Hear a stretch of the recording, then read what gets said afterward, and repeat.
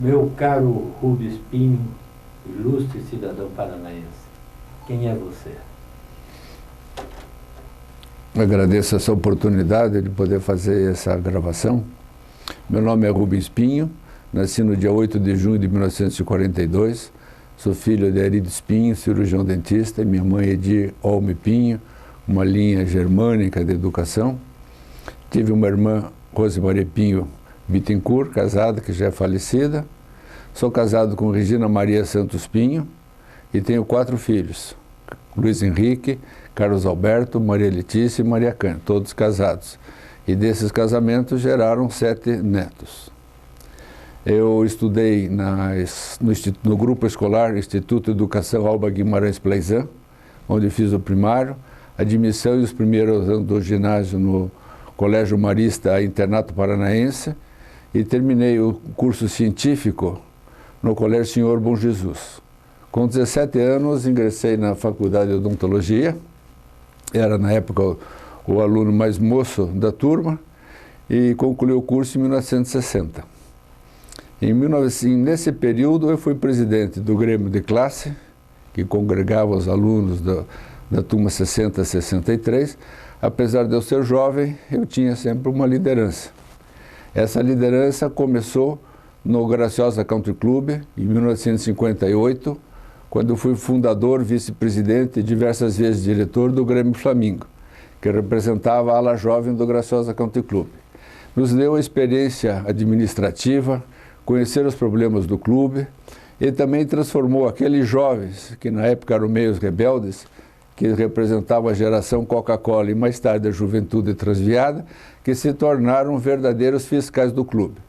O Grêmio Flamingo cresceu demais e chegou inclusive a ofuscar as atividades da diretoria. Então houve um presidente que resolveu eliminar o Grêmio Flamingo.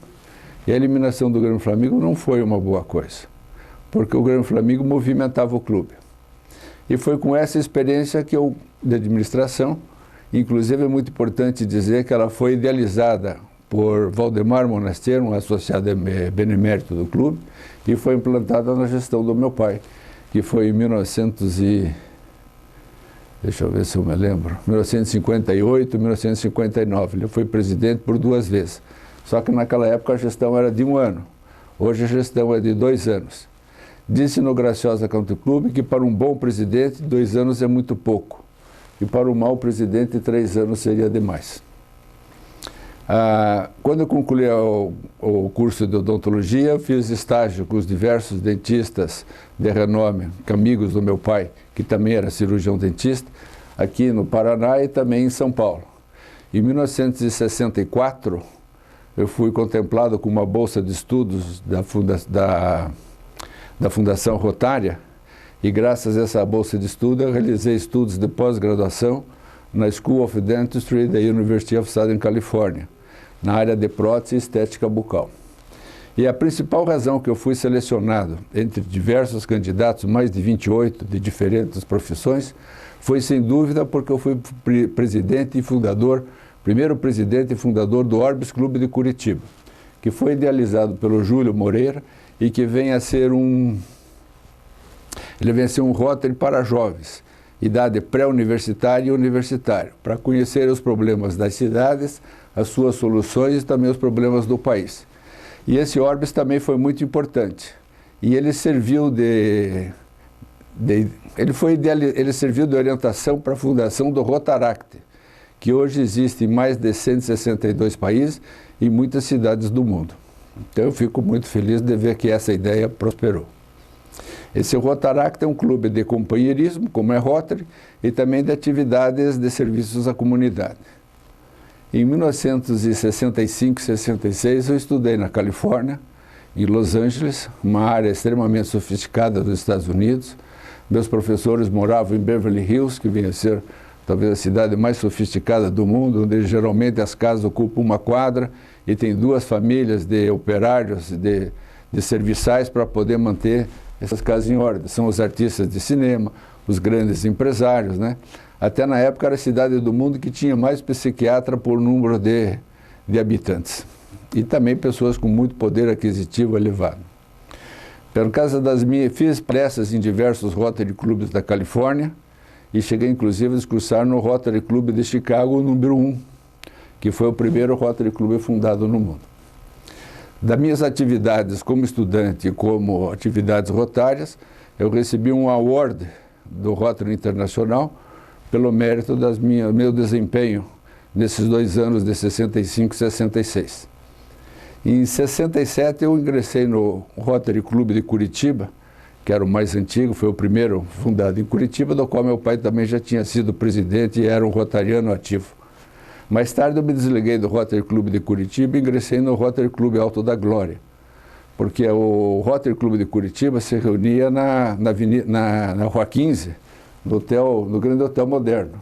Mais tarde, ele se mudou lá perto da Climaterm, indo lá na Anita Garibaldi, lá no fim, numa área extremamente longe. E eu chegava atrasado, e a distância era grande, então eu resolvi mudar para o Rotary Club Alto da Glória, mas ele permanece que se reúne aqui no centro da cidade, ali mais ou menos na Boca Maldita. Ali eu fui presidente e aproveitei aquelas minhas experiências de serviço à comunidade, intensifiquei as atividades do grupo, que até hoje ainda o clube mantém essa mesma maneira de pensar. Em 1900 eu passei a frequentar os Estados Unidos, a busca de informação científica, 1 ou 2 vezes por ano, porque na época não tinha internet, não tinha, os professores aqui no Brasil mantinham tudo em segredo, a filosofia da comunicação era muito difícil. Hoje se apresenta em forma de vídeos, em forma de livros, revistas, a internet, e também os professores passaram a viajar para outros países, né? Na odontologia, eu aproveitei a mentalidade americana e transformei a odontologia num sistema financeiro, onde os professores que dão aula são pagos regularmente de acordo com o que é arrecadado nas jornadas, nas reuniões científicas. Isso então atraiu muitos professores. Eu trouxe para Curitiba os melhores professores que na época lideravam o mundo da odontologia. E também fiz pós-graduação de 2 anos em periodontia, que é a área da gengiva, em Bauru, estado de São Paulo, durante 2 anos. E também consegui levar para lá umas 150 dentistas de Curitiba, porque Bauru é o maior centro de odontologia da América Latina. É uma área, bom, só para imaginar, uma cidade mais ou menos do tamanho de Ponta Grossa, não posso aquilatar, mas deve ser mais ou menos isso, mas ela tem 3 faculdades de odontologia. E o profissional, um médico que inventou os implantes dentários, ele nem é dentista, ele transferiu toda a tecnologia da Suécia, em Gothenburg, e se instalou em Bauru, porque lá é uma área de centro de excelência de pesquisa, né? Você ter uma ideia, domingo, 11 horas da noite, a faculdade está acesa, porque se diz, tem festa? Não, tem 300 pessoas fazendo pesquisa. Então isso é importante para a gente comunicar. Muito importante. Eu sempre, no ano de 1964, eu fui diretor social adjunto do nosso presidente Fernando Miranda, que trouxe uma nova maneira de administrar o Graciosa Country Club, e foi muito importante. Mas antes de 65 eu me desliguei para então realizar estudos nos Estados Unidos. A maneira de viver dos americanos abriram meus horizontes e tornaram fáceis as minhas atividades. O dentista americano, ele trabalha num sistema de 1 profissional e 4 auxiliares, e uma higienista. E eu acabei montando um sistema diferente, baseado nas cirurgias que eu assisti do Dr. Adib Jatene e do professor Zerbini, e que tinha uma equipe enorme de profissionais. Hoje eu tenho uma clínica com 14 dentistas, com 20 auxiliares, 2 protéticos, que nos permitem fazer tudo como se faz numa clínica de primeiro mundo. E isso também a gente foi aprendendo graças às diversas viagens com os grandes profissionais, né? Que ninguém vive o suficiente para aprender dos próprios erros. Então é melhor a gente aprender com aqueles que deram certo. Em 1993 a 95, eu fui convidado, durante esse período eu fui conselheiro, fui diretor, fui diversas coisas no Graciosa Country Club e também fundei diversas entidades na área da odontologia. Mas em 93 eu fui presidente do Graciosa Country Club, numa época que o clube se encontrava com dificuldades financeiras, e o presidente Deco Farracha tinha adquirido um terreno de 5.100 metros quadrados, que era a antiga madeireira Zaramella, e esse terreno tinha que ser pago. E nós não tínhamos o caixa nem para cobrir as despesas normais do clube, quanto mais para cobrir. Eu considero essa aquisição dessa área como a melhor decisão dos últimos anos, porque foi ela que permitiu hoje fazer uma série de novas atividades que representou modificações das tendências e aspirações do quadro social. Eu entrei como presidente, fizemos pesquisa qualitativa, pesquisa quantitativa, como não tinha dinheiro em caixa, o dinheiro tinha que sair da criatividade. Quando o dinheiro não está no bolso, ele deve sair da criatividade. E nós criamos diversos serviços, diversas maneiras de parcerias, e acabou gerando recursos, como por exemplo, uma atividade, o cartão do Banco de Boston deixou para o clube $50 mil, né? É difícil a gente falar em reais, porque naquela época a gente perde a referência, né? A gente conseguiu profissionalizar o clube, transformamos o clube numa grande empresa, sem coração, apenas observando o que tinha no regimento interno e nos estatutos. Promovemos uma alteração do artigo 64, que é aquele que falava que o ingresso de sócios era de 3 mil mensalidades. Se nós colocarmos a mensalidade no preço de hoje, com o valor das 3 mil mensalidades, daria mais ou menos um número superior a R$900 mil, o que na época impedia que as pessoas entrassem de sócio no clube. E também existiam diversos associados inadimplentes que estavam lá e que não eram mexidos por causa dos seus relacionamentos, filhos e netos de fundadores ou de pessoas influentes na sociedade. Nós simplesmente tratamos o clube como empresa. Esses associados acabaram saindo por dificuldades financeiras ou por outros motivos da vontade deles, e essas ações foram repassadas para novos associados. A gente dizia naquela época que o maior patrimônio do Graciosa Country Club era o quadro social, porque ele era representado por políticos,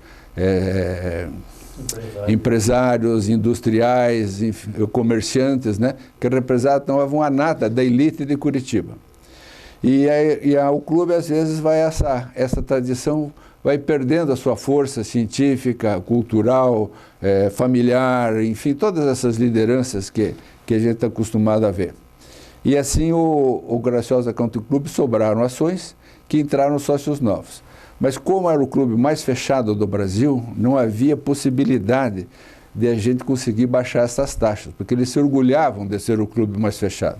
A gente fez um levantamento fotográfico das diversas áreas do clube, desde as caixas d'água, das condições dos restaurantes, dos fios, das fiações elétricas, enfim, das goteiras que existiam, das condições dos telhados e dos banheiros do clube.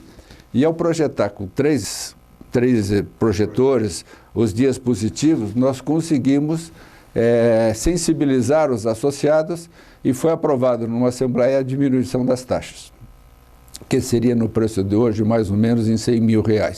É difícil a gente falar porque naquela época tinha uma inflação galopante. Na nossa gestão nós nos comprometemos de não aumentar a mensalidade, mas porém todo mês, por causa dos índices da inflação, nós corrigimos o que era, né?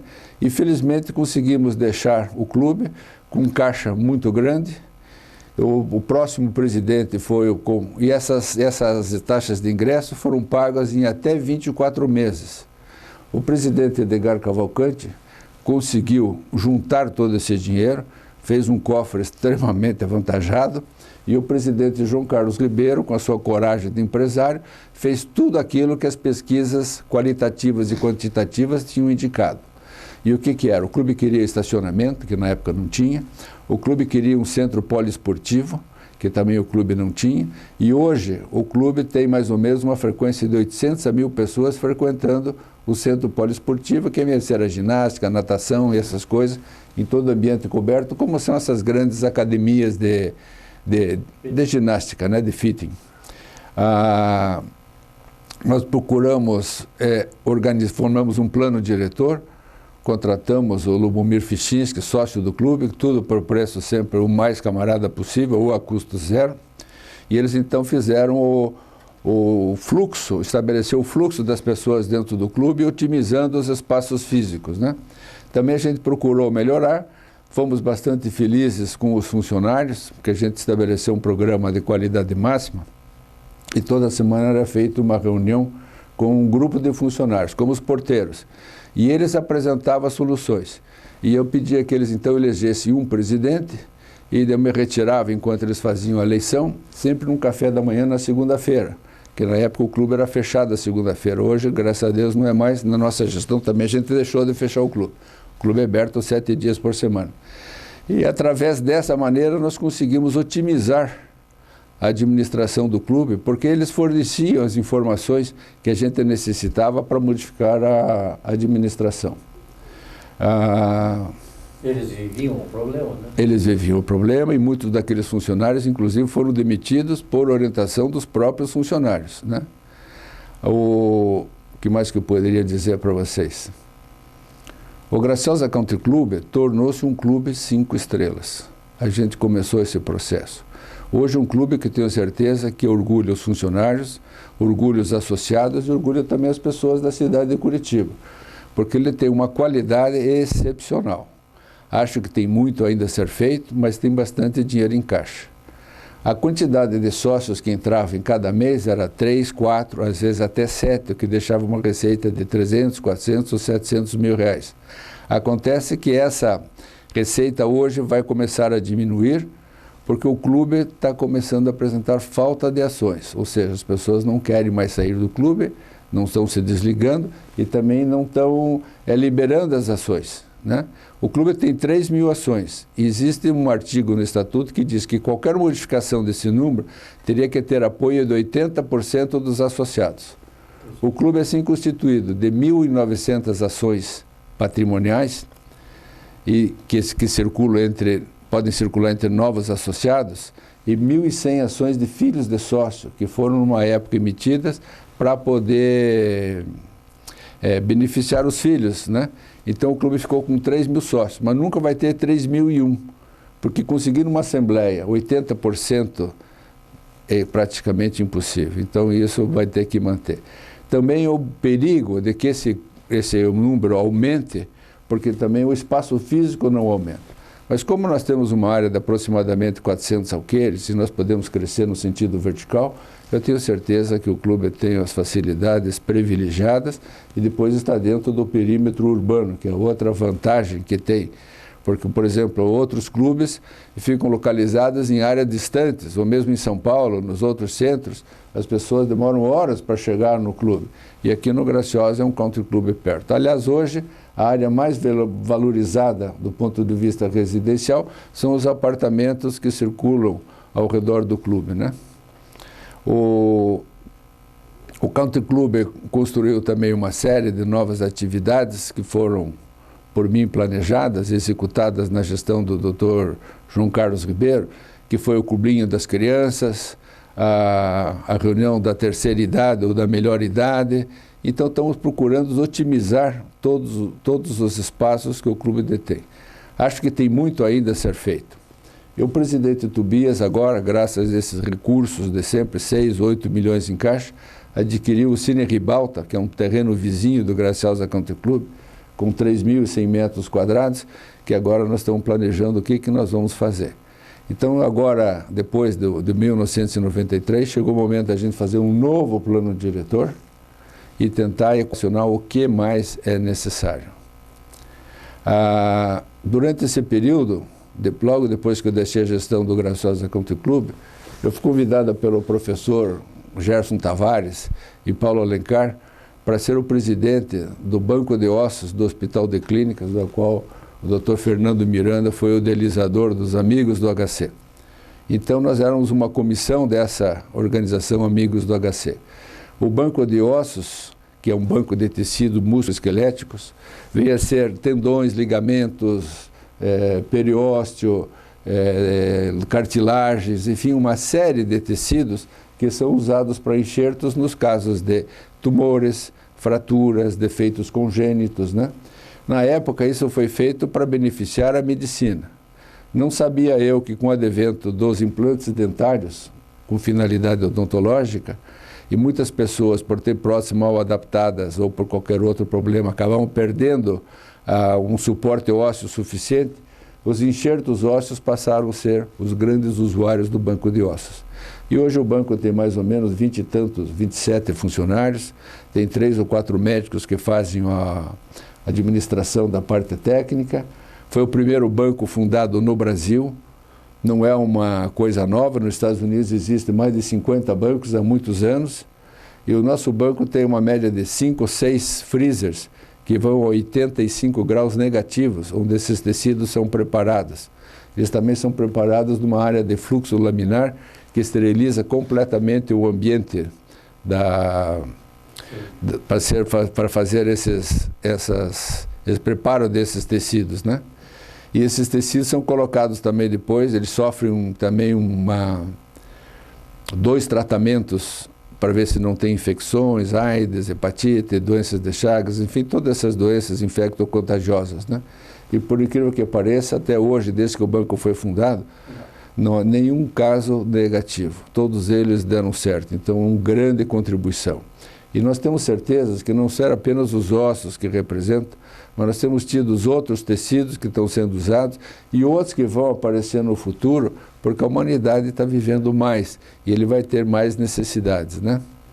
Eu, durante esse período, fui agraciado com o título de vulto emérito, fui presidente de mais de 14 entidades diferentes, pertencia a mais de 24, 25 entidades, né? Fui presidente de 14, que eu comecei já desde jovens, até mesmo no período do ginásio eu já participava desse espírito associativo, talvez fruto da orientação do meu pai e da minha mãe, que tinham um espírito extremamente associativo, né? Eu passei a minha infância no Graciosa Country Club e minha adolescência, porque o Country Club representava na época a melhor opção de esportes e de lazer. Hoje nós temos as academias, os prédios já estão fazendo os seus próprios recursos de esporte e de fitting e de lazer. Então muitas pessoas hoje não precisam mais ser sócios de clube porque tem um próprio. Mas naquela época era a única opção que existia. E foi muito bom porque a gente formou um grupo de amigos e foram esses amigos que ajudaram a montar a minha clínica. Porque já no 3º ano da faculdade, o curso na época era de 4 anos. Já no 3º ano da faculdade, as mães dos meus amigos já eram meus clientes. E também os meus amigos do Country Club eram meus clientes. Porque meu pai tinha consultório em casa e nos horários que ele não trabalhava, eu tinha oportunidade de fazer. Meu pai foi muito feliz e ele amava o Graciosa Country Club, por ter sido presidente 2 vezes e por ter vivido no clube intensamente. Era um golfista inveterado. E ele acabou morrendo, foi tão privilegiado que ele queria morrer ou dançando ou jogando golfe. Para nossa sorte, foi jogando golfe. E ele morreu num sábado, no dia 13 de março de 1988, no meio dos amigos, deu uma atacada e caiu morto num infarto fulminante, né?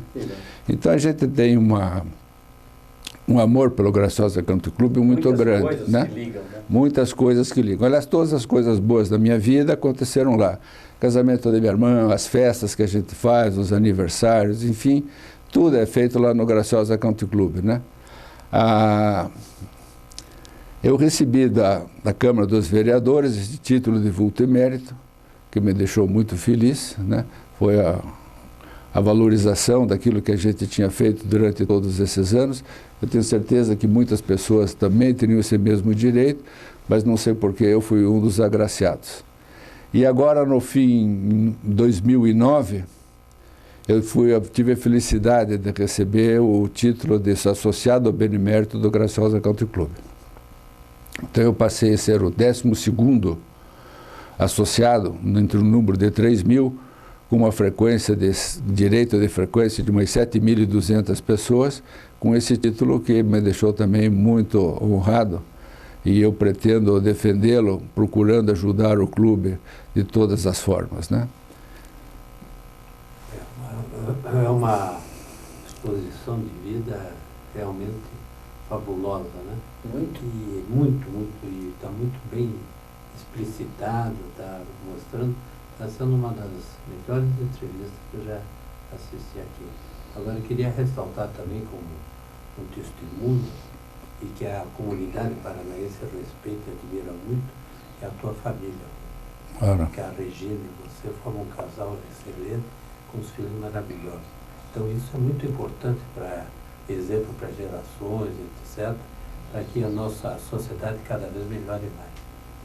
Então, eu tenho 2 filhos dentistas que trabalham comigo na clínica e, graças a Deus, de grande habilidade manual. Os 2 são profissionais bons, que nem sempre a gente consegue que os filhos tenham aqueles dons para aquele tipo de especialidade.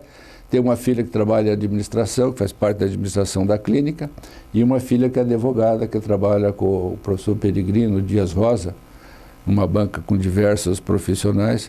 Ela não quis ser dentista nem administradora, mas ela, apesar de ser de tamanho menor, que todos são de um tamanho de 1,75 m, né, a média, ela é baixinha, mas ela é a que manda na família. A tal da Cândia, ela que tem a voz ativa desde pequena.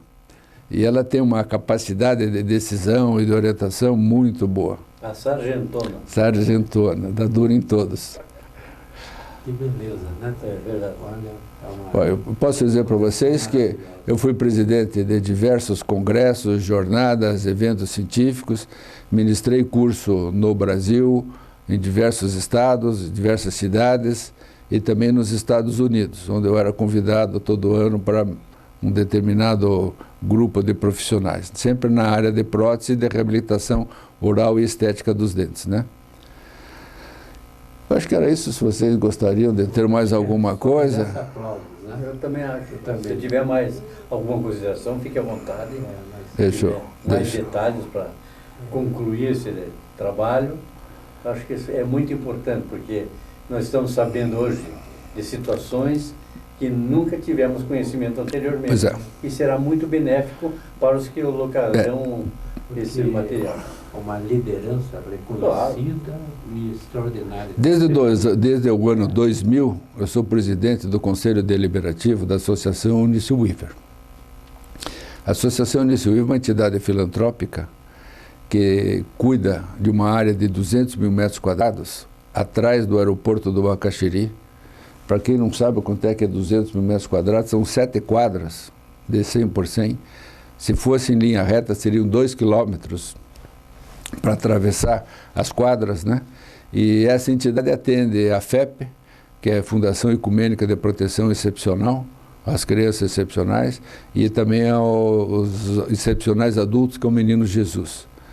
Trabalha lá também diversas entidades, como a Associação São Roque, que recebe 2 caminhões de donativos por dia. Muitas pessoas saem de suas residências para um apartamento menor e daí não tem o que fazer com os móveis, com lustres, com escrivaninhas, enfim, com roupas e com um monte de coisa. Então são doados para o Frei Rui de Piné, e ele tem um grupo de 100 voluntários que fazem essa coleta e essa distribuição e a qualificação, enfim, fazem uma seleção dos produtos, mesmo de remédios e etc. E a Associação São Roque está construindo uma sede lá com 4 barracões para poder fazer isso de uma maneira mais profissional, né? Então essa Associação Eunice Weaver também me deixa muito, porque é uma entidade filantrópica, tem outras entidades. O nosso trabalho, meu trabalho particularmente, junto com a dona Juril, foi conseguir que essa área, que é a antiga área de proteção aos filhos sadios de leprosos. Então, antigamente, esses filhos não podiam nem falar no telefone, porque se falasse, a turma tinha medo de pegar a doença. Então, o que aconteceu? Essa área funcionou muito bem, serviu muitas crianças durante muitos anos, e lá saíram casados, formados, né? Depois, um governador resolveu acabar com esse trabalho, e daí ficou tudo aquilo abandonado. Aí quebraram tudo, roubaram os vidros, roubaram as peças de banheiro, instalações elétricas, né? Foi então quando a dona Juril me convidou. Então fomos reorganizar a Associação Eunice Weaver, que existe em todo o Brasil, sabe? Não foi apenas essa Eunice Weaver. Foi uma senhora casada com um médico que viajou o mundo inteiro e viu o problema que a lepra representava, a ancianice, naquela época. Então nós conseguimos mudar a finalidade que foi doado ao terreno, que era para atender única e exclusivamente os filhos sadios dancenianos, e passou a ser de utilidade maior, para atender crianças, enfim, pessoas necessitadas, e as entidades filantrópicas, que nós fizemos um loteamento da área, a custo zero, não custa nada quem recebe, porque também nem poderíamos vender. São entidades que possam se sustentar, que tenham recursos próprios e que possam também, que tenham também uma tradição de serviços para poder manter as suas organizações, né? A Associação Núncio Weaver também tem um trabalho grande, trabalha fornecendo enxoval para as crianças, velhos, enfim, uma série de atividades que facultam, né? Também o professor Rui Noronha, que já é falecido, recentemente falecido, também está implantando lá uma área para fazer a vacina contra a lepra. Mas hoje essa doença já é tratada com remédios e antibióticos. Mas de qualquer forma, se conseguir uma vacina, vai ser um grande avanço, virá só a contribuir. Assim mesmo o número de pessoas doentes no estado do Paraná é muito grande. Aliás, no Brasil e no mundo, né? É uma doença que o Dr. Rui de Piné trata deles lá na colônia em Piraquara, onde tem o hospital, o sanatório que atende esse pessoal, né? Então, essa é outra atividade de serviço de comunidade que me deixa muito feliz, né? E tem as coisas pequenas que a gente não fala, mas a clínica tem um espírito, né? Eu fui presidente também da Fundação de Odontologia Preventiva de Curitiba, onde durante muitos anos nós fornecíamos escova, pasta, flúor, fio dental para as crianças de grupos escolares e creches carentes, né? Mas esse trabalho depois passou por uma fiscalização tão forte que existia uma organização tão grande que inviabilizava, porque nunca foi feito com finalidade de abater imposto de renda e era uma doação dos dentistas da clínica e de clientes da clínica. E todo mês a gente visitava essas escolas e fornecia isso. E aí foi um trabalho maravilhoso durante muitos anos. Depois as fundações passaram a ser altamente fiscalizadas pela Procuradoria do Governo Federal, é isso? Federal. E daí então ficou difícil, porque tinha que fazer um planejamento, tinha que ter contador, tinha que ser um monte de gastos que a gente preferia transportar isso. E passamos então a funcionar de uma maneira indireta, sem que isso passasse a ser oficializado como era antigamente, que tinha ata, tinha as reuniões, todas aquelas características, né? E dessas sim eu tenho certeza que eu não me lembro, mas a gente poderia mencionar diversas. Eu até fiz um apanhado aqui, eu tenho um currículo que tu, se desse uma olhada, talvez mais alguma coisa, mas acho que já é o suficiente, acredito, né, que é. Mas o importante ressaltar falando na parte profissional, é que o Rubens tem uma credencial muito grande em processo de gestão. Ele é uma pessoa que sabe fazer amigo, mas sabe também gerir alguma coisa, como é o caso do Country, como é o caso lá do Hospital de Clínicas, como é o caso da sua própria clínica. E a clínica dele é realmente uma das melhores no país. Funciona com uma gestão que quase usaria até um termo, a cura dentária, a cura pela gestão. Porque tudo lá funciona como um relógio, como uma máquina bem instrumentada. E é fabuloso esse trabalho que ele faz, profissional também. Porque isso faz com que uma personalidade como a do Rubens deva ser seguida por muitos jovens que aí estão. Veja, nós temos, Fernando, 78 anos de tradição. Meu pai começou em 1933. Os dentistas que estão lá, como eu, tenho 7 anos de pós-graduação, 5 anos em tempo integral, antes de começar a trabalhar no primeiro paciente. E os dentistas da clínica todos têm 7, 8 anos de pós-graduação, então fazem diversas especialidades. A odontologia, baseada no modelo americano, ela é feita as especialidades em fim de semanas, ou uma vez, ou uma semana do mês, então que os profissionais vão e se dedicam e fazem os seus cursos de aprimoramento, são cursos de 2 e 3 anos. E a clínica tem 14 profissionais com essas características. Todos falam 3 idiomas, alguns falam 5. E a nossa clínica atende talvez 20% ou 25% de pacientes do exterior. São essas pessoas que vêm aqui para a cidade industrial, graças ao Jaime Lerner, que trouxe essas indústrias para cá, e alguns vão de volta para os seus países, mas retornam para tratamento, porque o nosso preço é maior e a nossa eficiência é muito melhor. Porque eles conseguem tratar os dentes, às vezes em uma semana ou 10 dias, uma boca completa, o que no outro lugar demoraria muito. E comparado com os americanos, que são até pacientes brasileiros que moram nos Estados Unidos, que sabem desse nosso trabalho, o que lá custaria X aqui custa 10 vezes mais barato. Né? A odontologia como a medicina nos Estados Unidos são profissões altamente remuneradas, né? Muito bem remuneradas. E aqui o nosso custo ainda é um custo barato, então vale a pena. Pela própria cultura. Pela própria, né? E também a gente tem uma clínica porque é 78 anos, né? E o nosso objetivo é apresentar de tudo que tiver de melhor, né? Sempre tem. Agora tem um filho que acabou de chegar sábado dos Estados Unidos, todos eles correndo atrás da máquina, cada um na sua especialidade. A característica não é essa, nem do americano, nem na Europa, mas baseado naquela experiência que eu disse que eu assisti às cirurgias do Adib Jatene e do professor Zerbini, que tinha aquela equipe toda, então eu disse, por que não fazer isso, né? A dificuldade existe em ter liderança para manter todos esses profissionais unidos, né?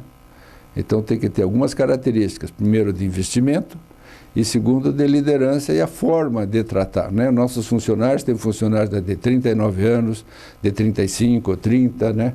Que ficam muitos anos. Então isso faz com que o serviço fique aprimorado, né? E são todos 34 pessoas, né?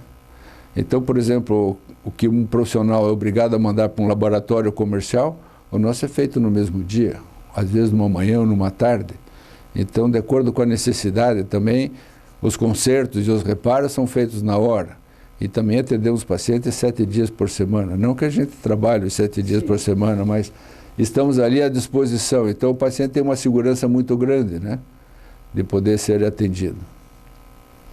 Curitiba, portanto, tem que só agradecer, né? Curitiba e o Paraná, esse tipo de exemplo de família, de pessoa.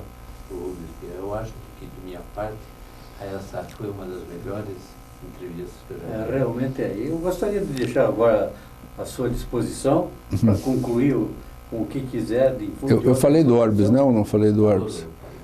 O Orbis, essa foi a grande, acredito que a maior realização, saber que existe em tantos países, né? Dá uma... Foi copiado. Foi copiado, foi idealizado e inspirado aqui, né? Porque o Sr. Júlio Moreira era um grande rotariano e com grande penetração no Rotary Internacional.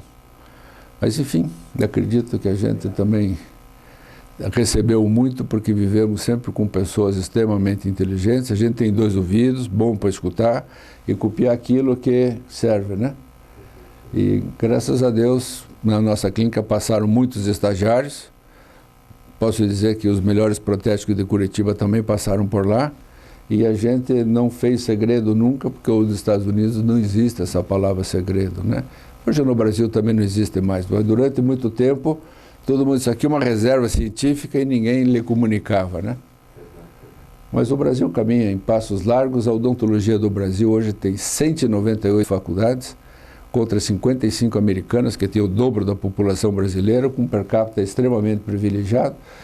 E o Brasil, com esse excesso de dentistas, está fazendo com que a seleção de qualidade ocorra. Infelizmente, nem todos vão conseguir sobreviver, mas os que sobreviveram vão apresentar qualidade de trabalhos muito bons. A odontologia brasileira hoje já é uma odontologia respeitada no mundo. Nós estamos exportando os equipamentos, materiais, implantes, professores, técnica, né? Isso é significativo. Acredito que no direito também, né, professor? Só parece que o Paraná tem 42 faculdades de direito no Paraná. Então a concorrência faz com que a qualidade melhore, né? Concluindo, o que poderia dizer para aqueles que estão iniciando a atividade da odontologia, entendeu? O que eles esperam, o que poderia ser oferecido para eles com essa sua apresentação? Veja, o dentista tem que conhecer a superfície dos dentes, como Rubinstein conhecia as teclas do piano, que foi o maior pianista de todas as épocas. E quando perguntaram para ele, mestre, como você sente ao tocar o piano?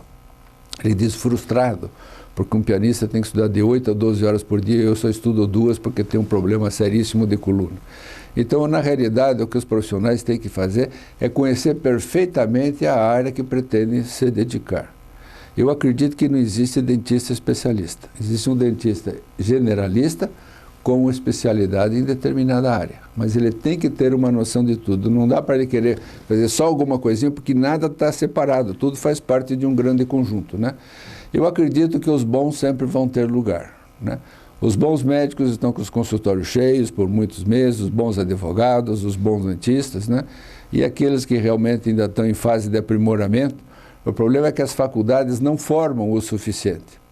Mas hoje na odontologia já é oficial. Formou-se, já vai ter que fazer curso de pós-graduação. Isso também é extremamente favorável. Os cursos de pós-graduação são pagos, são bem remunerados, o que na medicina é quase tudo de graça. E um curso de especialização comporta de 10 a 12 alunos, enquanto que na medicina a residência é para 1 ou 2. Então nós estamos formando uma elite de profissionais competentes, né? Essa é a nossa obrigação. Bom. Tá ok? Muito obrigado pela sua... Não sei se fomos bem, mas em todo caso... Foi excelente. Excelente.